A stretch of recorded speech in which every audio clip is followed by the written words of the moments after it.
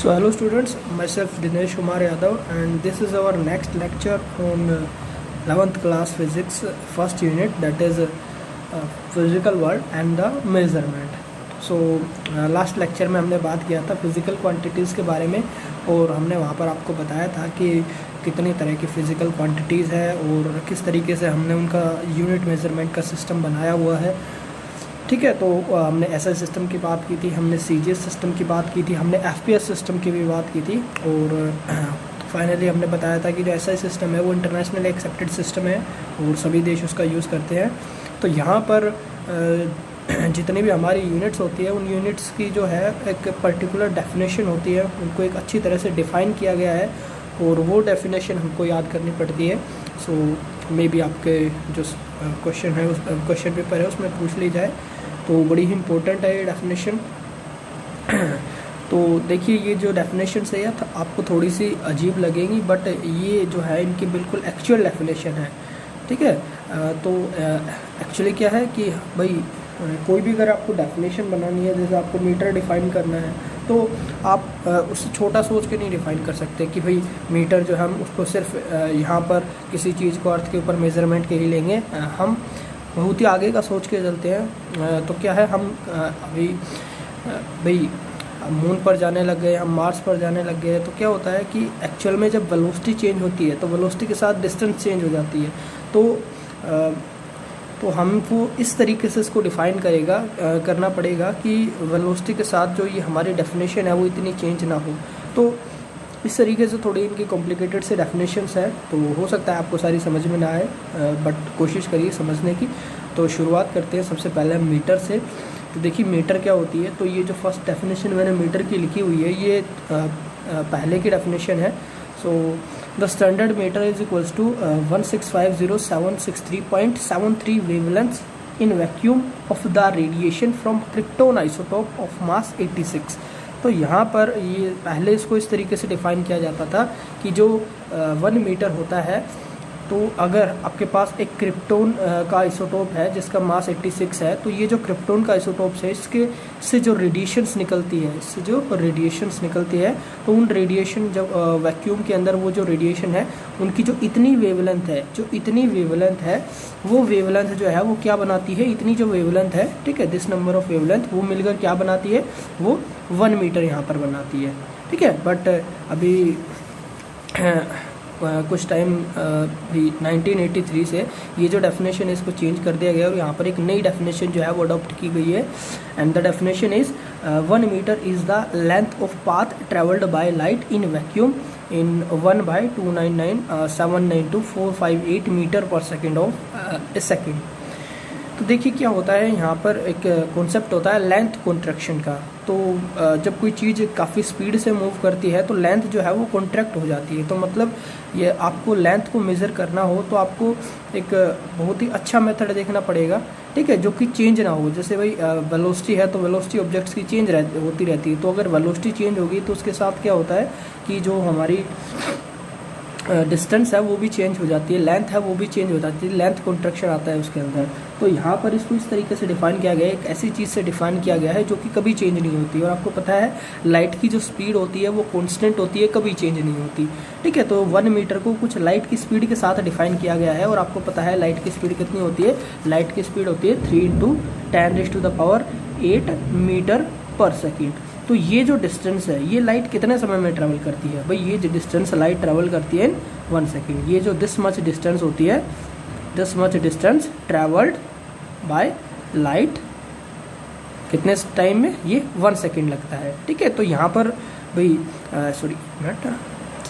3 × 10⁸ metre per second. तो 3 × 10⁸ metre per second जो होती है वो लाइट की स्पीड होती है जो कि कांस्टेंट रहती है। इसका मतलब ये है कि 1 सेकेंड में लाइट इतनी डिस्टेंस ट्रैवल करेगी। ठीक है, तो इतने मीटर डिस्टेंस लाइट ट्रैवल करेगी कितने समय में, 1 सेकेंड के अंदर। तो आप सोचिए 1 मीटर की जो डिस्टेंस है वो कितने टाइम के अंदर ट्रैवल करेगी, वो कितनी हो जाएगी, 1/3 × 10⁸ सेकेंड। इतना समय लगेगा लाइट को 1 मीटर ट्रैवल करने के लिए। ठीक है, तो मतलब जो होता है जो 3 × 10⁸ है उसका 1 पार्ट, भाई जो 3 × 10⁸ मीटर है उसको आप उसका जो 1 पार्ट होगा दैट इज़ वो 1 मीटर होगा वहाँ पर।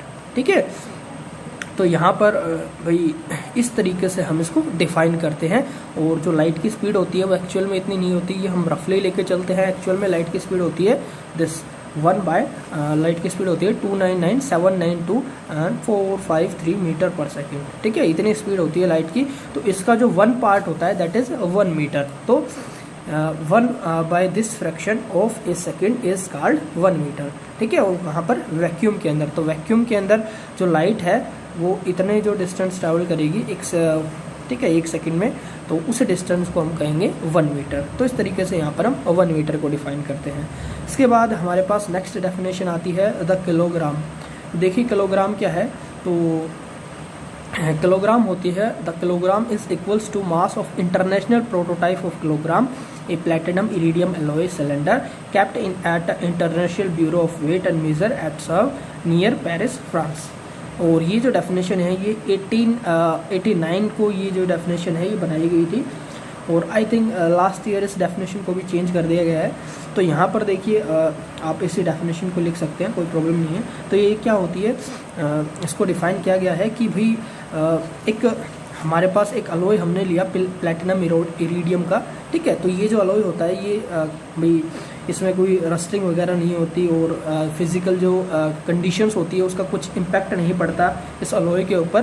तो इस अलॉय को 1 किलोग्राम में बना लिया गया, मतलब इसका कुछ अमाउंट यहाँ पर बना लिया गया, इसको सिलेंडर फॉर्म में बना लिया गया, और उसका जो वेट किया गया उस वेट को बोल दिया कि ये जो वेट है ये कितना है, दिस इज 1 किलोग्राम, और वहीं से इसको डिफाइन कर दिया 1 किलोग्राम। तो 1 किलोग्राम क्या हो गया, प्लैटिनम इरिडियम अलॉय का एक सिलेंडर हो गया।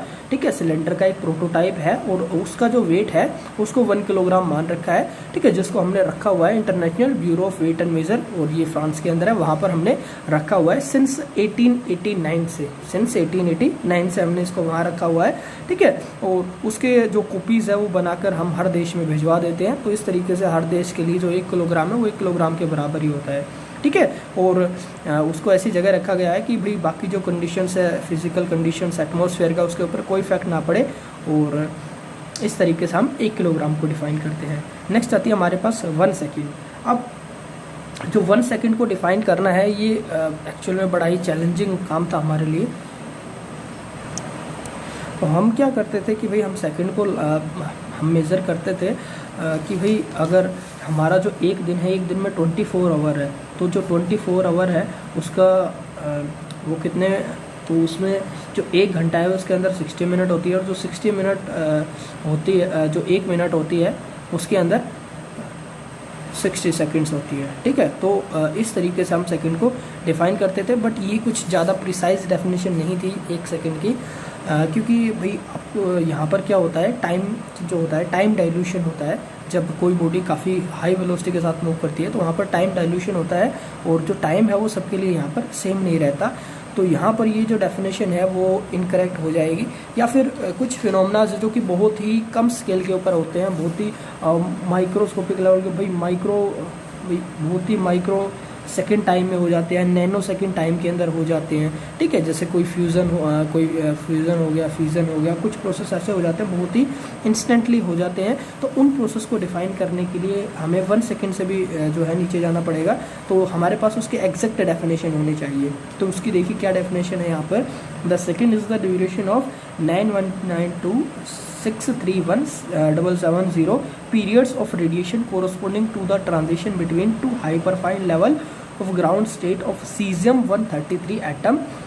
ठीक है, तो देखिए ये क्या है, तो जो हमारा सीजियम का एटम होता है सीजियम-133, तो ये जो एटम होता है, और ठीक है, तो इस एटम के अंदर क्या होता है कि भाई जो इलेक्ट्रॉन्स होते हैं वो न्यूक्लियस के चारों तरफ रिवॉल्व कर रहे होते हैं। ठीक है, ये इलेक्ट्रॉन है, ये न्यूक्लियस के चारों तरफ रिवॉल्व करेगा, बट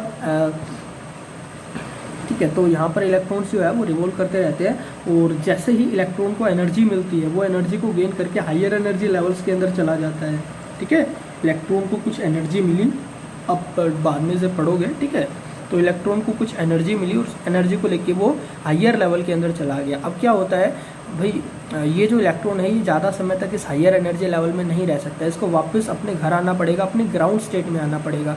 तो पहले वो अपने ग्राउंड स्टेट में था, और बाद में वो एक्साइटेड स्टेट में चला गया। एक्साइटेड स्टेट क्या हो गई, अभी वो इस ऑर्बिट में आ गया, एक्साइट होकर एनर्जी को गेन करके, तो एक्साइटेड स्टेट, तो जब वो एक्साइटेड स्टेट से ग्राउंड स्टेट में गया है तो वापस वो एक्साइटेड स्टेट से फिर ग्राउंड स्टेट में आएगा, और जब वो वापस एक्साइटेड स्टेट से ग्राउंड स्टेट में फिर वापस अपने ऑर्बिट में आएगा तो क्या करना पड़ेगा, उसने जितनी एनर्जी अब्जॉर्ब करी थी उतनी ही एनर्जी को उसको इमिट करना पड़ेगा। तो मतलब क्या है, मतलब यहाँ पर कुछ लाइट जो है, जितनी लाइट इसने अब्जॉर्ब करी थी उतनी ही लाइट यहाँ पर इमिट होती है, और ये जो रेडिएशन होती है, इस रेडिएशन का इतना जो पीरियड होता है, ठीक है, देखिए कितना बड़ा नंबर है, यहाँ पर ये नंबर काफ़ी बड़ा नंबर है, तो इतना ये है 9,192,00,000 और 631,770, तो इतना करोड़ जो रेडिएशंस होती है, ठीक है, इतने करोड़ जो रेडिएशंस होती है, इतने करोड़ रेडिएशंस के जो पीरियड होंगे, ठीक है, about 9 crore period of radiation corresponding to the transition. तो ये जो पीरियड्स है ये मिलकर क्या बनाएंगे, 1 सेकेंड बनाएंगे, ठीक है। देखिए भाई लाइट जो है, लाइट क्या होती है, वाइब्रेट करती है, तो लाइट यहाँ पर लाइट, देखिए आप ये समझ लीजिए कि लाइट जो है वो वाइब्रेट कर रही है, तो जब यहाँ से आपको जो लाइट मिलेगी, जो रेडिएशन मिलेगी जो कि वाइब्रेट करेगी, तो उसके वाइब्रेशन के इतने जो पीरियड्स होंगे, कितने, करीब 9 करोड़ के समथिंग, इतने जो पीरियड्स होंगे, मतलब इतनी बार जो वाइब्रेशंस होंगे, तो उतनी बार वाइब्रेशंस को हम क्या कह देंगे कि भाई ये वाइब्रेशन होने में कितना समय लगा है, 1 सेकेंड, और इस तरीके से जो 1 सेकेंड है उसको डिफाइन किया जाता है सीजियम एटम की मदद से, और इसी के आधार पर हमने एटॉमिक क्लॉक्स वगैरह जो है वो बनाई है, ठीक है, और काफ़ी ज़्यादा एक्यूरेसी के साथ ये जो क्लॉक्स है काम करती है, और लाखों सालों के अंदर इसमें हो सकता है 1 सेकंड का जो है वो गड़बड़ है उस घड़ी के अंदर, तो काफ़ी जो है एक्यूरेसी के साथ यहाँ पर ये काम करती है, और इस तरीके से हम 1 सेकंड को डिफाइन करते हैं सीजियम एटम की मदद से, ठीक है। अब देखिए कोई ऑब्जेक्ट इतनी भी वेलोसिटी पे के साथ मूव कर रहा हो, ठीक है, या आप तो आपको अगर टाइम मेज़र करना है, तो अगर आप एटॉमिक क्लॉक या सीजियम का यूज़ करोगे, तो ये जो ट्रांजिशंस होंगे यहाँ पर, ये जो ट्रांजिशंस होंगे, तो ये जो ट्रांजिशन के पीरियड से हमेशा उतने ही होने वाले हैं, ठीक है। इसलिए जो 1 सेकंड है वो कभी नहीं बदलेगा, चाहे आप किसी प्लेनेट पे हो, चाहे आप कितनी भी वेलोसिटी के साथ मूव कर रहे हो, चाहे ग्रेविटेशनल फोर्स कितना हो, ठीक है, चाहे एक्सटर्नल कंडीशन कैसी भी हो, जो 1 सेकंड है वो यहाँ पर नहीं बदलेगा। लाइट के ये जो पीरियड है, इतने जो पीरियड है वो मिलकर क्या बनाएंगे, 1 सेकेंड बनाएंगे।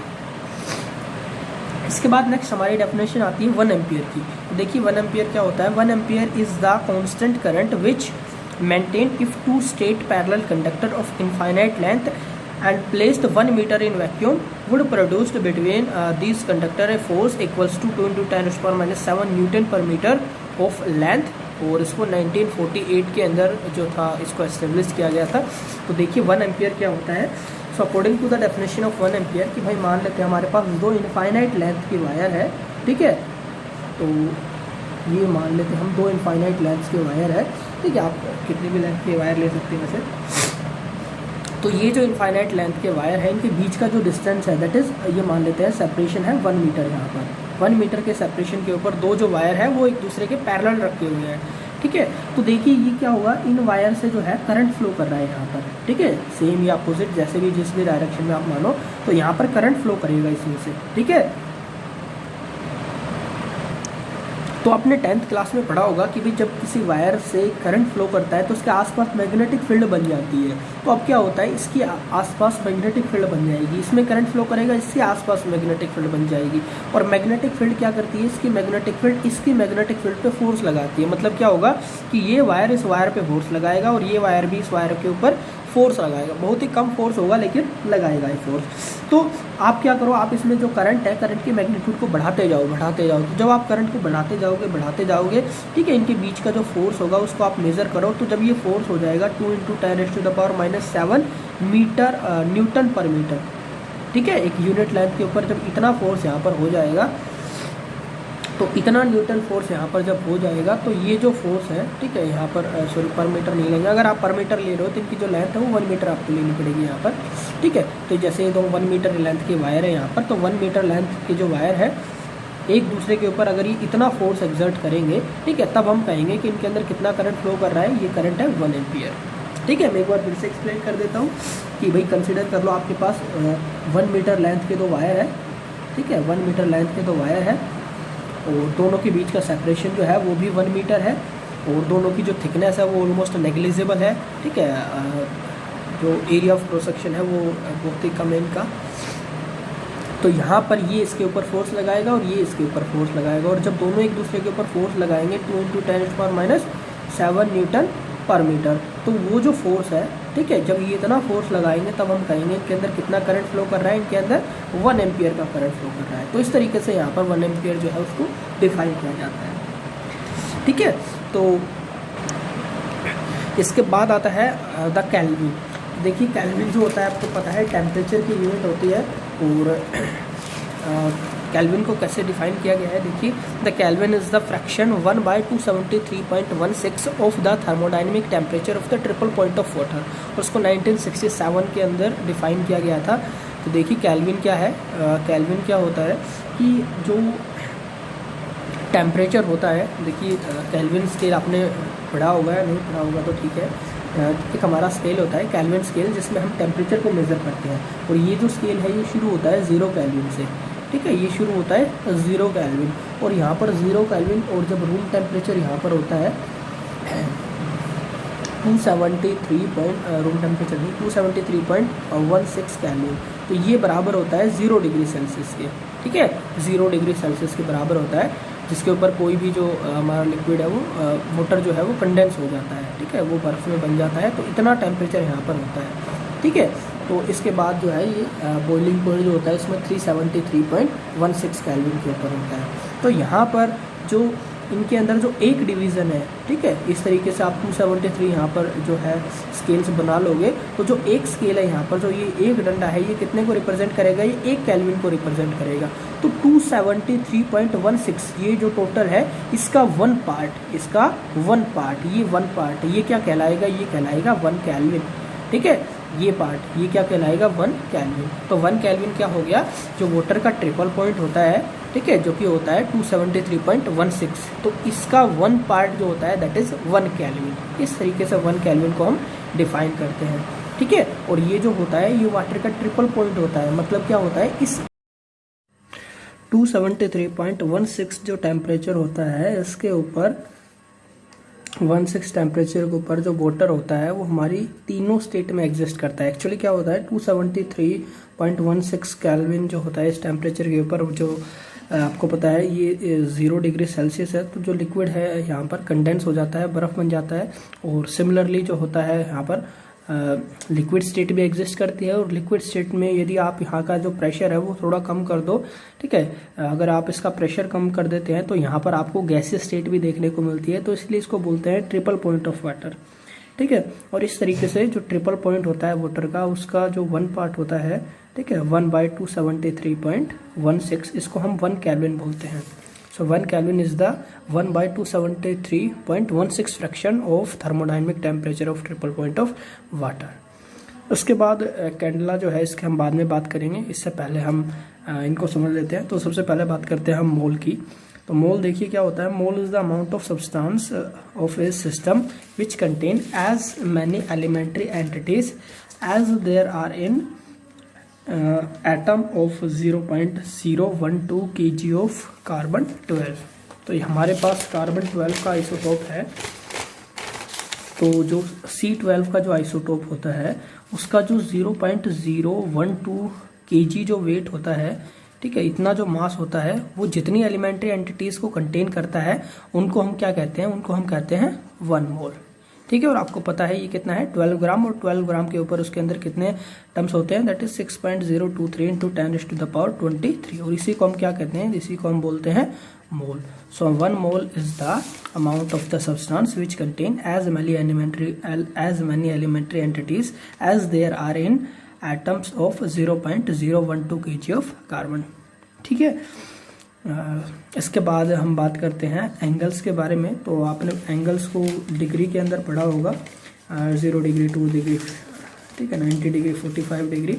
यहाँ पर क्या करते हैं, अब हम एंगल्स को एक दूसरे यूनिट में, एंगल्स जो होते हैं एक्चुअल में उनकी कोई यूनिट नहीं होती, फिर भी हम इनको 2 यूनिट दे देते हैं और उसमें हम इसको डिफाइन करते हैं। तो यहाँ पर आता है रेडियन और स्टैडियन। तो सबसे पहले हम समझते हैं रेडियन को। तो देखिए रेडियन क्या होता है, तो रेडियन को समझने के लिए आप समझो कि भाई आपके यहाँ पर आसपास एक सर्कल है और आप यहाँ से किसी ऑब्जेक्ट को देख रहे हो, ठीक है। तो जिस ऑब्जेक्ट को आप देखोगे या ये सर्कल है, तो ये जो सर्कल है, ठीक है, ये सर्कल ठीक है, ये जो सर्कल है इस सर्कल का आर्क हो गया। ठीक है, इस आर्क का डिस्टेंस हम मान लेते हैं कितना है ds। इस सर्कल की रेडियस हो गई r। तो क्या होता है कि जिस पॉइंट के ऊपर मान लेते हैं ये जो ds है ये बराबर r की है, तो अगर जो आर्क है वो रेडियस के बराबर होगी तो यहाँ पर ये जो एंगल बन रहा है, ये जो एंगल बन रहा है, मैं इसको d थीटा से रिप्रेजेंट कर देता हूँ। इस एंगल को हम क्या कहेंगे, this much angle is 1 radian. ये जो एंगल है ये कितना एंगल हो गया, ये 1 रेडियन एंगल हो गया। यहाँ पर फिर से देखिए 1 रेडियन एंगल क्या हो गया कि भाई यहाँ से जो एंगल बन रहा है, ठीक है, उसके अलोंग आप एक सर्कल कंसिडर कर ले, तो उस सर्कल की जो यहाँ पर आर्क है और आपके जो सर्कल की रेडियस है, अगर दोनों बराबर है, दोनों की जो यहाँ पर लेंथ है बराबर है, तो ये जो एंगल बन रहा है this much angle is called 1 radian. तो इस तरीके से जो 1 रेडियन है उसको डिफाइन किया जाता है। तो यहाँ से आप लिख सकते हो कि जो आपका डी थीटा है वो किसके बराबर है, that is equals to ds divided by r, क्योंकि दोनों बराबर है तो कैंसिल आउट हो जाएंगे, और ये क्या आ जाएगा, ये आ जाएगा रेडियन, और दोनों बराबर है तो कैंसिल हो जाएगा, कितना आ जाएगा, ये 1 रेडियन आ जाएगा। तो इस तरीके से हम किसी भी जो हमारा एंगल होता है उसको रेडियन में डिफाइन करते हैं। ठीक है, यहाँ पर डिस्टेंस है, ये भी डिस्टेंस है, दोनों की यूनिट मीटर हो गई, मीटर से मीटर कैंसिल आउट, तो ये वैसे तो यूनिट लेस क्वांटिटी है, लेकिन फिर भी हम दिखाने के लिए कि ये एंगल है तो यहाँ पर हम इसको इसकी एक यूनिट रख देते हैं रेडियन। ठीक है, जो कि सप्लीमेंट्री यूनिट है, और तो ये रेडियन होता है। इसके बाद बात करते हैं हम स्टारडियन की। ठीक है, तो रेडियन हो गया। सो 1 radian is the angle subtended at the centre of a circle by an arc. एक आर्क जो है एक सर्कल के सेंटर पर जो एंगल बनाती है in length by an arc is equals to length of the radius of the circle, की जो आर्क की लेंथ है वो बराबर होगी रेडियस के। ठीक है, तो जो एंगल बनता है that angle is called 1 radian. फिर स्टारडियन देखिए, 1 steradian is the solid angle subtended at the centre of sphere. अब क्या होगा, पहले हमने यहाँ पर सर्कल माना था, अब ये जो एंगल होता है ये 3D स्पेस में एंगल बनता है। ठीक है, तो यहाँ पर क्या होता है, एक स्फीयर के सेंटर पे जो एंगल बन रहा है by that surface of a sphere which is equal in area to the square of the radius of the sphere. तो देखिए जैसे ये हमने क्या किया है यहाँ पर, एक भाई एक्चुअल में जो स्टारडियन एंगल होता है ये एक 3 डायमेंशनल एंगल होता है। ठीक है, तो जैसे कोई चीज़ भाई जो आपके आंखों में एंगल बना रही है, जैसे अगर आप किसी लाइन का एंगल देखते हो तो यहाँ से तो आप 2 पॉइंट को ज्वाइन करके ये जो एंगल है इसको पता कर सकते हो, बट अगर ये एक पूरा वॉल्यूम है, ठीक है, ये किस टाइप का चीज़ है, तो इसका जो कितना एंगल बन रहा है ये क्या होता है, ये एक सॉलिड एंगल होता है। ठीक है, पूरा एक सॉलिड एंगल हो जाएगा। जैसे यहाँ पर ये एक कोन होता है ना, जोकर की टोपी टाइप, तो ये जो कोन है तो इस कोन के अंदर ये जो एंगल बनता है, तो देखिए ये जो एंगल है ये कैसा एंगल है, ये आपका नॉर्मल एंगल नहीं है, ये कैसा एंगल है, ये सॉलिड एंगल है, जिसको हम सॉलिड एंगल बोलते हैं, 3 डायमेंशनल एंगल होता है। ठीक है, तो यहाँ पर इसमें पूरा एक वॉल्यूम होता है, एरिया नहीं होता। ठीक है, तो इस एंगल को हम बोलते हैं स्टारडियन। ठीक है, जो कि किस में बनता है, जो कि एक स्पेस के अंदर बनता है। ठीक है, ये जो एंगल है ये स्पेस के अंदर बनता है, 3D स्पेस के अंदर बनता है। तो ये जो सॉलिड एंगल है, ठीक है, इस तरह का सॉलिड एंगल, तो इस सॉलिड एंगल को हम किस में मेजर करते हैं, इसको स्टारडियन में मेजर करते हैं, और यहाँ पर हम डिफाइन कर रहे हैं 1 स्टारडियन को। तो 1 स्टारडियन देखिए क्या हो जाएगा, तो हम क्या करते हैं, जैसे ये है तो इस तरीके से बहुत सारे यहाँ पर जो है ये एक पूरा यहाँ पर आप एक स्पीयर कंसिडर कर लो। ठीक है, जैसे यहाँ पर आपने सर्कल माना था तो एक स्पीयर है, तो जो स्पीयर है वो सेंटर के ऊपर कितना एंगल बनाएगा, पूरा यहाँ पर एक स्पीयर है तो सेंटर के ऊपर ये 4 पाई एंगल सबटेंड कर सकता है, 4 पाई स्टारडियन एंगल सबटेंड कर सकता है। तो हम 1 स्टारडियन को हमें डिफाइन करना है। तो देखिए 1 स्टारडियन को कैसे डिफाइन करेंगे, तो हम मान लेते हैं एक जो हमारा स्पीयर है उस स्पीयर का ये एक छोटा सा हिस्सा, स्पीयर का एक छोटा सा हिस्सा स्पीयर के सेंटर के ऊपर डी ओमेगा एंगल सबटेंड कर रहा है। ठीक है, स्फीयर का ये छोटा सा पार्ट है यहाँ पर जो कि स्फेरिकल है, और ये जो छोटा सा पार्ट है ये यहाँ पर कितना एंगल सबटेंड कर रहा है, यहाँ पर ये जो स्फीयर का एक पार्ट है और ये कितना एंगल सबटेंड कर रहा है, ये डी ओमेगा एंगल यहाँ पर सबटेंड कर रहा है। तो ये जो डी ओमेगा एंगल है इसको हम कब कहेंगे 1 स्टारडियन, इसको हम तब 1 स्टारडियन कहेंगे जब ये जो स्पीयर है, इस स्पीयर का जो एरिया है, स्पीयर का जो पार्ट है इसका जो एरिया है और यहाँ पर जो रेडियस है उसका अगर आप स्क्वायर कर दो और अगर दोनों बराबर हो जाए। ठीक है, यहाँ पर ये जो एंगल है, ठीक है, इस टाइप का ये जो एंगल है आपका, जो ये स्पीयर यहाँ पर बना रहा है। ठीक है, यहाँ पर मैं बना देता हूँ एक बार इस एंगल को। ठीक है, तो ये क्या है, ये एक स्पीयर का एक पार्ट है यहाँ पर, और ये जो स्पीयर का पार्ट है, ठीक है। ये इस स्फीयर के सेंटर के ऊपर, ठीक है, ये पूरा स्पेरिकल है, इस स्फीयर का जो सेंटर है इसके ऊपर ये यहाँ पर ये जो एंगल बना रहा है इसको डी ओमेगा से रिप्रेजेंट करते हैं, और इस एंगल को हम क्या कहते हैं, स्टारडियन एंगल बोलते हैं। सोलिड एंगल होता है ये। तो ये जो स्टारडियन एंगल है ये 1 स्टारडियन कब होगा, ये 1 स्टारडियन कब होगा, तो ये 1 स्टारडियन होगा जब इसका जो एरिया है जिसको मैं डी ए से रिप्रेजेंट कर देता हूँ, और इस जो स्फीयर है, ठीक है, स्फीयर की जो रेडियस है, इस रेडियस का आप स्क्वायर कर दो, वो रेडियस की स्क्वायर और जो एरिया है अगर दोनों बराबर हो जाते हैं, अगर दोनों बराबर हो जाते हैं तब हम क्या कहेंगे, ये जो एंगल है ये कितना है, ये 1 स्टारडियन एंगल है। ठीक है, तो यहाँ पर 1 स्टारडियन एंगल क्या हो गया, 1 स्टारडियन एंगल जो डी ओमेगा है इसको हम लिख सकते हैं D omega equals to D A divided by R square. ठीक है, अब सिंस दोनों बराबर होंगे तो कैंसिल हो जाएगा, यहाँ पर कितना आ जाएगा, 1 स्टारडियन आ जाएगा। तो इस तरीके से 1 स्टारडियन को हम डिफाइन करते हैं।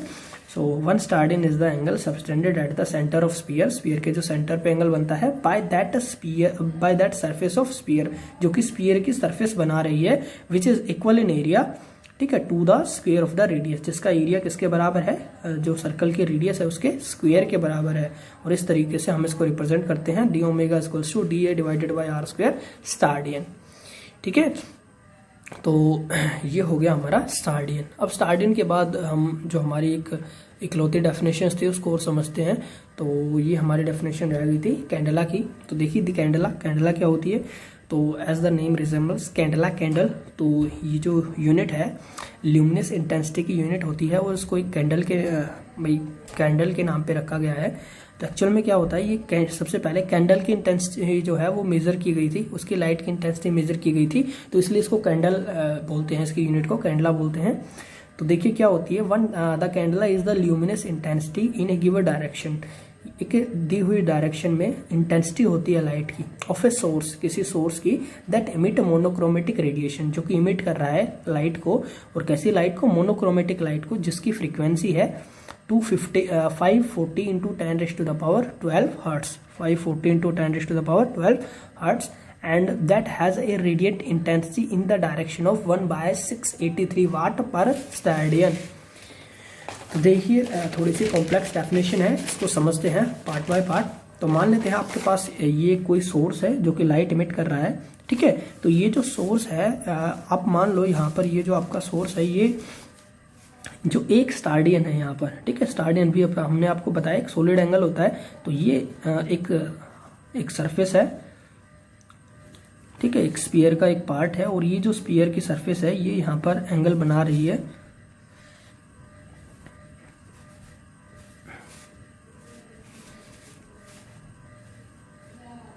ठीक है, ये जो स्फीयर के पार्ट है ये यहाँ पर ये एंगल बना रहा है, ठीक है, और ये यहाँ पर डी ओमेगा एंगल बना रहा है। तो देखिए ये जो सोर्स है, यहाँ से ये जो लाइट इमिट करेगा हर डायरेक्शन में, ठीक है। तो ये सबसे पहली बात, तो यहाँ पर ये जो सोर्स है, ये जो लाइट है, कैसी लाइट इमिट करना चाहिए, ये मोनोक्रोमेटिक लाइट को इमिट करना चाहिए, मोनोक्रोमेटिक लाइट को इमिट करना चाहिए। मोनोक्रोमेटिक लाइट क्या होती है, ये बेसिकली सिंगल फ्रीक्वेंसी की लाइट होती है, ठीक है, या सिंगल वेवलेंथ की लाइट होती है, सिंगल फ्रीक्वेंसी की लाइट होती है, मतलब एक पर्टिकुलर फ्रीक्वेंसी होती है। एक्चुअल में क्या होता है, लाइट जो होती है 7 कलर से मिलकर बनी होती है, और जो 7 कलर्स होते हैं सबकी फ्रीक्वेंसी अलग अलग होती है। तो यहाँ पर हम यूज करते हैं 540 into 10 raise to the power 12 hertz. तो ये जो फ्रीक्वेंसी होती है ये ऑलमोस्ट येलो कलर की होती है। तो येलो कलर की जो लाइट है, ठीक है, येलो कलर की हम एक स्पेशल मोनोक्रोमेटिक लाइट यूज करते हैं जिसकी फ्रीक्वेंसी इतनी होती है। तो ये जो लाइट है, अब ये जो लाइट है, इस लाइट की जो एनर्जी है, अगर वो 1 स्टारडियन में कितनी है, वो अगर 1/683 वाट है, 1/683 वाट है, ठीक है। इतनी रेडिएंट इंटेंसिटी जो है यहाँ पर, ये इस एंगल के, इस स्टारडियन के अंदर, इस स्पेस के अंदर, ठीक है, इतनी एनर्जी यहाँ पर अगर है, ठीक है, जिसको हम वाट में मेजर कर रहे हैं 1/683 वाट, तो हम क्या कहेंगे, तो अब हम कहेंगे कि ये जो इंटेंसिटी है, ये जो ल्यूमिनस इंटेंसिटी है, दैट इज 1 कैंडेला, 1 कैंडेला। तो देखिए 1 कैंडेला आपको समझ में आ गया होगा, क्या हो गया कि एक सोर्स जो कि मोनोक्रोमेटिक लाइट को इमिट कर रहा है जिसकी सिंगल फ्रीक्वेंसी होती है, तो यहाँ पर 540 इंटू 10⁻12 हर्ट्स की फ्रीक्वेंसी की लाइट जो कि जिसकी रेडिएंट इंटेंसिटी कितनी है, रेडिएंट इंटेंसिटी किसी पर्टिकुलर डायरेक्शन के अंदर, इस पर्टिकुलर डायरेक्शन में इसकी रेडिएंट इंटेंसिटी है 1/683 वाट। इतनी इंटेंसिटी की यहाँ पर लाइट है पर स्टारडियन, ठीक है, पर स्टारडियन। तो एक स्टारडियन के अंदर इतनी इंटेंसिटी की लाइट है, तो हम उस इंटेंसिटी को हम क्या बोलेंगे, उस इंटेंसिटी को हम बोलेंगे 1 candela. That intensity is called 1 candela. तो इस तरीके से हमने 1 कैंडला को डिफाइन कर दिया। और इसी के साथ जो हमारी डेफिनेशंस है सभी यूनिट की वो ख़त्म होती है।